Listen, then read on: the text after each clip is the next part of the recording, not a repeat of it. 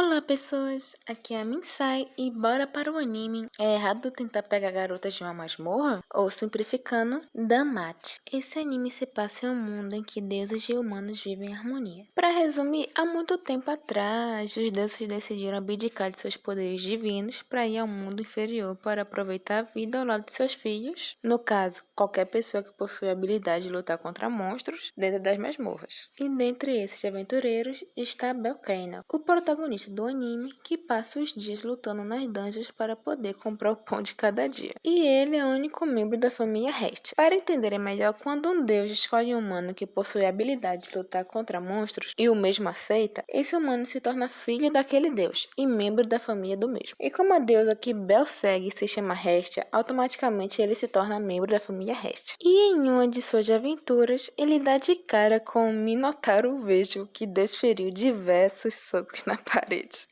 na esperança de tentar acertar o nosso protagonista, que estava parado, se encolhendo de medo no canto. Porém, uma garota chamada Ash Wallenstein conseguiu chegar a tempo, derrotando o minotauro e salvando o Proto. Momento esse em que Bel se apaixona pela sua salvadora. E pelo que entendi, quando um monstro é derrotado, o mesmo dropa uma joia que pode ser trocada por moedas. Quanto mais forte o monstro, maior o valor da pedra. E após Bel trocar as pedras que ele recolheu por moedas, ele retorna para sua casa e lá a gente conhece a deusa do nosso protagonista, uma lolicon que possui sentimentos românticos por Bel. E na minha humilde opinião, a relação que eles têm é bem estranha. Todas as vezes em que Hestia fica sozinha com o Prota, só falta ela escrever em uma placa o que ela quer fazer com o Prota, sabe? E eu não sei dizer se o Prota é lerdo o suficiente ao ponto de não ver o que está bem na sua frente, se ele tem baixa autoestima e por isso não consegue crer que uma deusa desenvolveria esses sentimentos por ele, ou porque ele simplesmente ignora porque é estranho ter alguém que te chama de filho, no sentido maternal, e essa pessoa em seguida está dando em cima de você, sabe?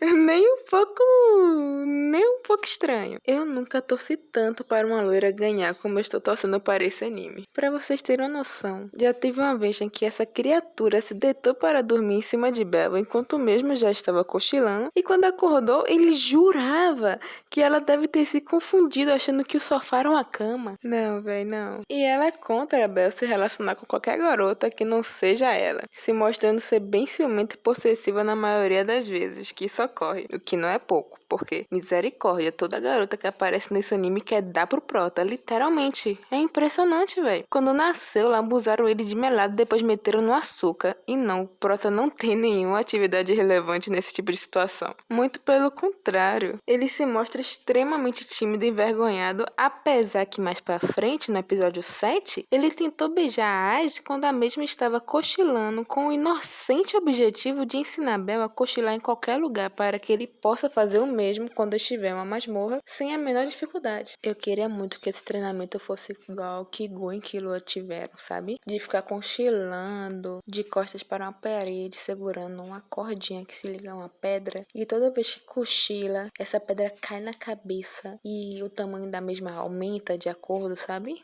Com as quedas que tem, eu duvido que ele teria esse tipo de pensamento. Eu duvido. E pelo que eu entendi, a relação entre deuses e humanos tem uma troca mútua até. Os deuses fazem um upgrade das habilidades dos filhos quando os mesmos concluem as masmorras. E pelo visto, se um aventureiro não tiver um deus ou uma família, ou vice-versa, porque os dois são a mesma coisa, sabe? Nem sei porque eu separei como se fossem duas coisas diferentes quando não é. Os mesmos não conseguem fazer o upgrade das suas habilidades sozinhos, necessita da ajuda de um deus. Então, sem ele, não consegue fazer os upgrades de Taos. E os dias se seguiram nessa rotina, dungeon, casa, upgrade, dungeon, casa, upgrade. Até que Hestia observou que Bel poderia ter um desempenho melhor e uma alta chance de sobrevivência se tivesse uma arma melhor. Então, em uma confraternização dos deuses, ela implorou para que a deusa Hephaestus para que fizesse uma arma para Bel. E depois de muita humilhação, Hephaestus concordou em fazer, mas deixou bem claro que não seria de graça, e depois de agradecer, Hestia vai até Bel para entregar a arma. Porém, no meio do caminho, eles se encontram em perigo por causa de uma fera descontrolada que estava no meio da cidade por culpa da Freya. E aqui é o momento em que me fez ficar extremamente agoniada. A guria estava o tempo inteiro com a arma nas costas e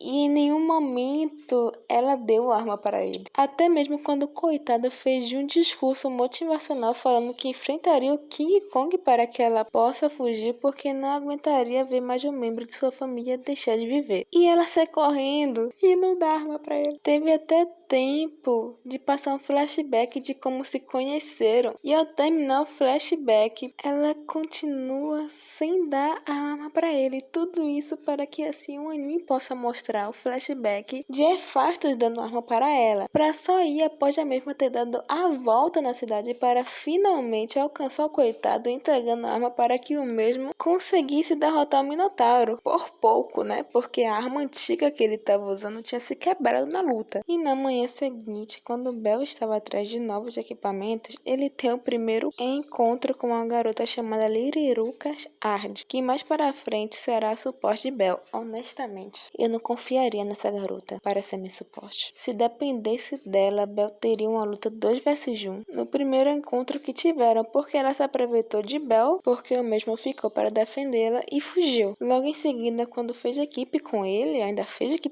ela roubou a sua arma, sendo que durante o tempo que ainda era um time, de início Bel dividia igualmente os valores, sabe, com ela, e ela, após notar que ele era muito bobo e inocente, começou a pegar a maior parte só para ela, e ainda deixou ele para deixar de viver no episódio 6, velho. E não, eu não quero saber que ela teve um passado triste em que os pais dela deixaram de viver na dungeon, e ela teve que se virar desde muito nova, dando muito duro, para no final não ter o suficiente nem para comprar uma migalha de pão, sendo espancada e explorada todos os dias por aventureiros. Eu não quero saber disso, eu não quero saber da trajetória dela, da história de vida dela, eu não quero saber isso. Tipo, ela não é confiável, ele ainda segue confiando na garota depois de tudo, velho, depois de tudo, oh meu Deus. Depois se vai em uma dungeon, não sabe por quê. E quando ela estava entre a vida e a morte, Bel salva ela, e é claro que ele a perdoou e a quis como suporte novamente. Ai, ai. E depois disso ele repetiu a rotina casa, dungeon, upgrade, cada dungeon, upgrade. Até que um dia, Bel vai comprar algumas armaduras do Elf Crozo, um ferreiro que faz parte de um clã famoso que fazia itens mágicos poderosos. Porém, um dia eles perderam suas habilidades por algum motivo que o anime não explicou o porquê, e agora estão falidos. E olha só, Bel acaba se encontrando com o mesmo dentro da loja em que estava, e depois disso ele selou um contrato de exclusividade com Bel, em que ele só faria armaduras apenas para Bel em troca de fazer parte do grupo dele. Acho que coisa conveniente. E com o passar do tempo, eles vão aumentando a afinidade e Bel fica sabendo de Crozo o que o mesmo acha sobre itens mágicos. Resumindo, ele não gosta de forjar itens mágicos porque a grande maioria só quer o item para ficar forte e famoso. Sendo que não é assim não, gente. É mais do que uma arma, é um item que irá quebrar no momento em que você mais precisar dela, ao contrário de um item comum que tem maior durabilidade, mas já depender do quanto ou contra quem usa, ele vai se quebrar, te deixando na mão da mesma forma que um item mágico te quebraria, né? Eu não entendi muito bem a lógica dele. E eu acredito que ele também não tenha acreditado, já que ele reconsiderou depois, voltando atrás, quando viu que Bel estava em uma situação de vida ou morte contra o Eren, tá ligado? Mas isso acontece mais lá pra frente. Antes disso acontecer, no episódio 13, episódio esse em que vários deuses entram na masmorra atrás do filho da Recha, coisa essa que eles não podem fazer porque são deuses e são proibidos de entrar na masmorra, mas pelo visto é só entrar como se fosse um aventureiro comum que ninguém irá notar porque eles parecem realmente seres humanos normais, sabe? E também é nesse episódio que Hestia libera a forma divina dela, onde ela fica com cara neutra, tinge o cabelo de vermelho e fica brilhando na luz do sol como se fosse o Eddard do Crepúsculo. Uma coisa bem irônica até, né? Porque eu me lembro lá no primeiro episódio em que a mesma falou que deuses, quando decidiram vir para o mundo inferior, eles decidiram abdicar de seus poderes divinos para assumir uma forma humana e viver em harmonia com